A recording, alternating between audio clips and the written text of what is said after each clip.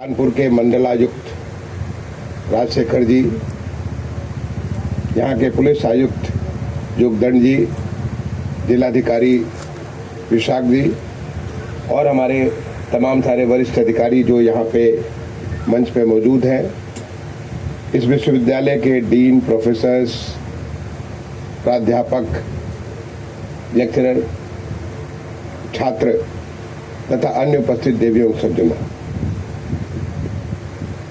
सबसे पहले तो मुझे आज यहाँ आकर के इस कार्यक्रम में भाग लेकर इतनी खुशी हो रही है, मैं इसका बयान नहीं कर सकता। इसकी शुरुआत हुई थी पिछले 3 जून को, जब माननीय राष्ट्रपति महोदय के गांव में माननीय प्रधानमंत्री जी का जब कार्यक्रम था। उस कार्यक्रम के लिए मैं यहाँ आया था, वहाँ पे गांव पे गया था। उसके बाद यहाँ से जब हम लखनऊ पहुँचे तो माननीय राज्यपाल महोदया ने मुझे कुछ विषयों पे चर्चा के लिए कहा कि मैं सीधे उनके पास आकर के बात करूं, जिसमें अन्य विषयों के अलावा उन्होंने ये बात भी अपनी चिंता व्यक्त की कि एसबीटीयू में 2 कैंपस होने के नाते एक कैंपस में इनकी जो तमाम सारे जो पढ़ाई की जो सुविधाएं हैं और दूसरे कैंपस में छात्रावास है। एक तरफ से दूसरे तरफ बच्चों को जाने में बहुत तकलीफ होती है और इसका कोई न कोई सोल्यूशन निकलना चाहिए। यहाँ से 3 जून 2022 अभी कुछ 3 महीने हुए, मुश्किल से 3 महीने हुए, कुछ 3 महीने पहले माननीय राज्यपाल महोदय ने मुझे इसका निर्देश दिया और तुरंत उसी दिन मैंने मंडलायुक्त से, जिलाधिकारी से, प्रमुख सचिव, उच्च टेक्निकल एजुकेशन से और वाइस चांसलर से, आपको स्मरण होगा रात में ही मैंने आप सारे लोगों से बात किया कि इसका कोई एक सस्टेनेबल सोल्यूशन निकाला जाए। अब ऐसा तो नहीं कर सकते कि 2 परिसर हैं तो इसको उठा के वहां तो नहीं ले जा सकते हैं, तो मुझे बताया गया और उसके बाद मैंने तुरंत आदेश किया कि हमारे प्रमुख सचिव कानपुर पहुंचे और आकर के यहाँ पे जिला स्तर के अधिकारियों के साथ, वाइस चांसलर के साथ वहां पे मौके को देखें और देख करके निर्णय लें कि क्या कार्रवाई की जा सकती है। मुझे बताया गया कि इसके लिए एक पूरा एक फ्लाईओवर टाइप की चीज जो बनाया जाएगा, जो कि यहाँ से लेकर के वो 3.5 किलोमीटर नहीं, 3.7 नहीं, लगभग 1.5-1.25 किलोमीटर के आसपास एक जो प्रो फ्लाइंग डिस्टेंस है उस पर एक फ्लाईओवर बनेगा जिससे लोग यहाँ से वहां तक जा सकते हैं। मैंने इन लोगों से कहा भाई ये संभव नहीं है, ये प्रैक्टिकल नहीं है, क्योंकि आपने कितने लोगों ने देखा होगा कि सड़क के पास जो रोड ओवरब्रिज बनता है, कितने लोग उस पर चलते हैं, बनता है लेकिन लोग उसको नहीं चल करके उस पर प्रयोग करते हैं। कितने बच्चे, कितने यहाँ के प्राध्यापक, अध्यापक वो उसका उपयोग करेंगे और उसके साथ ही साथ एक काफ़ी ज़्यादा खर्चा होगा, मेंटेनेंस होगा और उसको करने के पहले भी इतनी सारी आपको बहुत सारे एनओसीज लेने होंगे, बहुत सारे आपके अप्रूवल्स लेने पड़ेंगे। ये एक बड़ा एक डिफिकल्ट सोल्यूशन है। मुझे ऐसा सोल्यूशन मैं सीधे रिजेक्ट करता हूँ और आपको एक सस्टेनेबल सोल्यूशन जो कि आज नहीं, आज से 50 साल के बाद भी, आज के 100 साल के बाद भी उपयोग हो सके, क्योंकि कैंपस रहेगा, हम आप जाते रहेंगे लेकिन बच्चे भी रहेंगे, प्राध्यापक भी रहेंगे, पढ़ाते भी रहेंगे, ये सारी व्यवस्था ऐसी होती है। इसका सोल्यूशन दीजिए।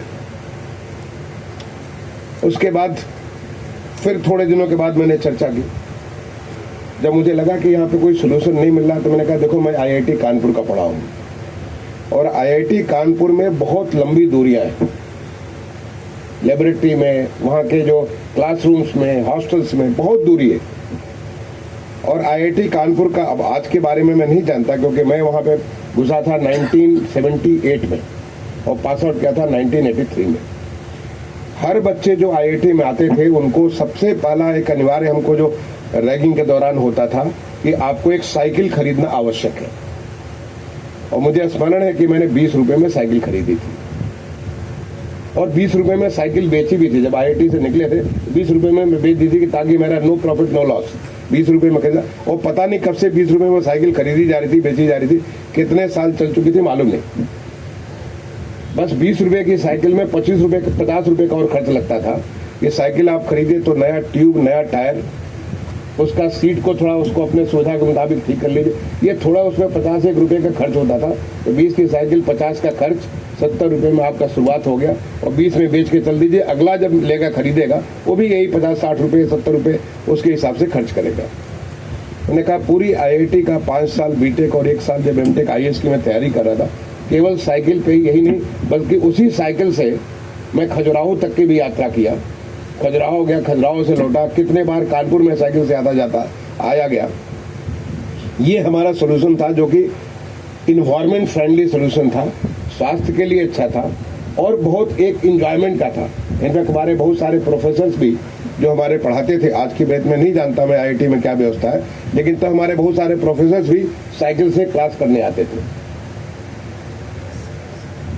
तो मैंने राजशेखर को ये सुझाव दिया कि पहला चीज़ तो आप एक्सप्लोर करिए कि कैसे क्या हम दोनों कैंपस को साइकिल से जोड़ सकते हैं, क्योंकि बच्चे बड़ा इंजॉय करेंगे, प्रोफेसर्स भी इंजॉय करेंगे साइकिल चलाना। क्या हम इसको ई-रिक्शा से जोड़ सकते हैं? क्या हम इसे पब्लिक ट्रांसपोर्ट, यहाँ पे जो हमारा ई-बस, यहाँ पे जो इलेक्ट्रिक बस यहाँ पे शुरुआत हुई, क्या हम उससे जोड़ सकते हैं? और मैं बधाई देना चाहूँगा राजशेखर को, विशाख को, दोनों को मैं बहुत बहुत बधाई देना चाहूँगा कि मेरे ये कहने के बाद अभी 3 महीना, जस्ट केवल 3 महीना पूरा हुआ और ये पूरी एक्सरसाइज करीब मैं सोचता 1 महीने तक मैं लगातार इसको फॉलो कर रहा था। और जब राजशेखर का 2 दिन पहले मेरे पास फ़ोन आया कि चूंकि आप कानपुर आ रहे हैं तो आपके द्वारा उद्घाटन किया जाएगा, तो मैं उद्घाटन कर रहा हूँ, लेकिन मैं उस चीज़ को याद कर रहा हूँ कि जो प्रोसेस था, उस प्रोसेस से कितनी बड़ी व्यवस्था और एक सस्टेनेबल व्यवस्था। मैं धन्यवाद देना चाहूँगा योगेश जी को, जिन्होंने मुझे बताया गया कि ये रिमझिम इस्पात, उन्होंने ये सारी 100 साइकिलों का उन्होंने शुरुआती तौर पे 50 इस कैंपस में 50 उस कैंपस में उन्होंने उसको डोनेट किया। और आने वाले समय में ये साइकिल जब आप शुरुआत करेंगे तो ये साइकिलों की संख्या बढ़ती चली जाएगी। बच्चे खुद को साइकिल लेंगे और ये साइकिल शेयरिंग का भी और सारा बाइसिकल शेयरिंग का मॉडल हमारे स्मार्ट सिटी में पूरे देश में लाखों की संख्या में भारत सरकार के अर्बन सेक्रेटरी के तौर पे मैंने चलवाया है, पूरे देश में चलवाया, तमाम सारे स्मार्ट सिटीज़ में। और कई जगह अगर आप मेरी पुरानी तस्वीरों को, मेरे फीड को देखेंगे, बहुत सारे शहरों में मैंने साइकिल की यात्रा की है ये स्मार्ट सिटी के माध्यम से। वो एक स्मार्ट शुरुआत इस कैंपस में आज आपने किया, इसके लिए मैं राजशेखर को, विशाख को और हमारे वाइस चांसलर महोदय को, तीनों को, मैंने उनसे यही कहा था भाई आप तो इंजीनियर हो, इंजीनियर सोल्यूशन निकालता है, गेट द सोल्यूशन। और वो आज सोल्यूशन मिला और मैं आज शुरुआत कर पा रहा हूँ, इसके लिए मैं अपने को सौभाग्यशाली समझता हूँ। मैंने अभी मेरे बगल में राजशेखर बैठे हुए थे, उससे मैंने पूछा कि साइकिलों में लाइट की व्यवस्था है कि नहीं। आप तो इंजीनियर हो, आप जानते हो कि डायनेमो लगाओगे, डायनेमो से ऑटोमेटिक उसका चार्जिंग होता रहेगा और उसको साइकिल में लाइट होगी। और किसी भी समय रात में, क्योंकि जब मैं खुद पढ़ता था IIT कानपुर में, कभी रात में 12 बजे लाइब्रेरी से आते थे, लाइब्रेरी भी अच्छी खासी दूरी होती थी, कभी रात में 2 बजे आते थे, तो हमारा कोई दिन रात नहीं होता था कि जो हमारे जो काम में एक बार लग गए, जो काम लगे तो उसमें कोई समय की सीमा नहीं रहती थी। तो आपके पास लाइट की भी व्यवस्था हो, ये भी राजशेखर ने मुझे इस बात के लिए मुझे आश्वस्त किया है कि बहुत जल्दी हर साइकिल में लाइट भी लगा होगा, कि जिससे कि आपको कोई दिक्कत न हो, रात में हो या दिन में, हमेशा आप उसको साइकिल से आप जा सकते हैं। तो मैं इस बात के लिए आप लोगों को बहुत बहुत बधाई धन्यवाद दूंगा। आपने यहाँ पे ई-रिक्शा की शुरुआत की, ई-रिक्शा एसोसिएशन के अध्यक्ष जी श्रीवास्तव जी अभी मुझसे मिले थे, उन्होंने बड़े शान के साथ, बड़े सम्मान के साथ कहा कि इस व्यवस्था कर रहे हैं और बच्चों को 10 रुपये में दोनों तरफ आने जाने की व्यवस्था होगी। तो ये कितनी अच्छी व्यवस्था, और सबसे बड़ी चीज़ कि ई-रिक्शा हो जाने से एक साथ कई बच्चे जा सकते हैं, कई सारे हमारे प्रोफेसर जा सकते हैं। बड़ी अच्छी एक सोशल कम्युनिटी फीलिंग की भी ये व्यवस्था इसमें सामने हो। और वही मैंने फिर अपने प्रोफेसर साहब से भी, मैंने वाइस चांसलर साहब से रिक्वेस्ट किया कि बच्चों से ही आप एक कंपटीशन करा करके एक ऐसा ऐप डेवलप करा दीजिए। और ऐसा कुछ बहुत रिसर्च नहीं करना, इतने ऐप मैं पूरे देश में करवा चुका हूँ। लेट मी टेल यू, बहुत सारे शहरों में ऐसे ऐप मैंने शुरुआत कर लिया है और ये बहुत आसानी से हो सकता है। बच्चों के कंपटीशन दीजिए, उन्हें इनाम दीजिए, 10,000 5,000 कुछ इस प्रकार के इनाम दीजिए जिससे वो आए और ऐसा ऐप डेवलप करें जिससे कि आप साइकिल के बारे में, साइकिल की अवेलेबिलिटी के बारे में और साइकिल को टेक्नोलॉजी से कनेक्ट कर दिए। आपका नाम ही टेक्नोलॉजी इंस्टीट्यूट है, आप टेक्नोलॉजी से कनेक्ट कर दिए। ई-रिक्शा को आप टेक्नोलॉजी से कनेक्ट कर दिए। बस की सुविधा है, बस को कनेक्ट कर दिए कि जब अगर बस कभी कभी आपकी आवश्यकता पड़े, उसकी बस की क्या स्थिति है, कहाँ पे आप उसको लोकेट कर सकते हैं। ये टेक्नोलॉजी हमारे बस में उपलब्ध है। आपको टेक्नोलॉजी से उसको कनेक्ट करने की बात है, और टेक्नोलॉजी आज हमारे देश की मेन फोर्ट है। जिस पूरे देश में जिस प्रकार से माननीय प्रधानमंत्री जी ने पूरे देश में एक टेक्नोलॉजी का, स्टार्टअप का, एक इनोवेशन का जो बात निकाली है, वो पूरे देश में हर जगह हर क्षेत्र में लोगों की जिंदगी को ईज ऑफ लिविंग लाने के लिए बहुत बड़ा रोल अदा कर रही है। और इसकी शुरुआत हमारे HBTU में यहाँ पे हो, और बहुत जल्दी हो। मैं चाहूँगा कि जितना जल्दी आप इसको कराएं, और करा करके जिससे बच्चों की ओनरशिप भी होगी। तो ये एक ऐसा सोल्यूशन आपने निकाला है जो कि इन्वायरमेंट फ्रेंडली है, कॉस्ट एफिशिएंट है, बिल्कुल आपको जो है एफोर्डेबल है। किसी को ऐसा भी नहीं किसी के जेब में बहुत ज़्यादा, मैंने उदाहरण इसलिए दिया, 30 रुपये वाला एग्जाम्पल दिया कि वो सब एफोर्डेबल था। हम सब अलग अलग बैकग्राउंड के, पूरे हिंदुस्तान के कहीं कहीं से आते थे, और एक चीज़ हम लोग को जोड़ती थी, वो थी हमारी साइकिलें। तो ये जो चीज़ है आज HBTU में कैंपस में शुरुआत किया, और मुझे इसका आपने सौभाग्य दिया।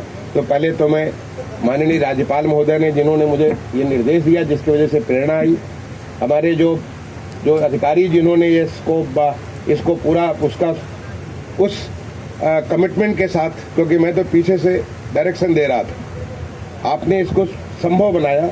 आप सबको मैं इस बात के लिए बहुत बहुत धन्यवाद देना चाहूँगा, वाइस चांसलर साहब को, आपके जो प्रोफेसर साहब को, और आगे के लिए मैं ये भी आपसे कहना चाहूँगा कि जो आज देश में ईज ऑफ लिविंग का एक मुहिम छुड़ा हुआ, कैसे हम नागरिकों की ज़िंदगी में आसानी ला सकते हैं हर चीज़ के लिए, और बहुत आसानी ला सकते हैं। आपको कोई कमी नहीं है। आप चाहे हमारे आम नागरिक हो, हमारे विश्वविद्यालय के छात्र हो, हमारे विश्वविद्यालय के प्राध्यापक हो, जिससे वो अपना काम करने में, जिस काम में लगे हैं उस काम में वो और ज़्यादा तन्मयता से कर सकें। देश की अर्थव्यवस्था को, जो हमारे माननीय मुख्यमंत्री जी ने कहा है कि एक $1 ट्रिलियन इकॉनमी, वहाँ तक ले जाने के लिए अपना सब कुछ दे सकें। अगर वो जूझते रहेंगे अपनी छोटी छोटी बातों से, तो फिर वो नहीं कर पाएंगे। तो वो जो ईज़ ऑफ लिविंग के बारे में, ऐसी भी समस्याओं को मैं वाइस चांसलर साहब को आज मैं इनसे ये भी रिक्वेस्ट करना चाहूँगा कि आप आइडेंटिफाई करिए, और उसमें आप क्या कर सकते हैं, बच्चों को ही उनको लगे, वो सोच करके नए नए तरीके निकालेंगे, नए तरीके ईजाद करेंगे, जिससे कि आपकी व्यवस्था और सुदृढ़, सशक्त और प्रभावी होगी। इस बात के लिए मैं आपसे आह्वान करूंगा। एक बार दोबारा आपने मुझे बुलाया, उस बात के लिए बहुत बहुत धन्यवाद देते हुए अपनी वाणी को विराम दूंगा। बहुत बहुत धन्यवाद। जय हिंद।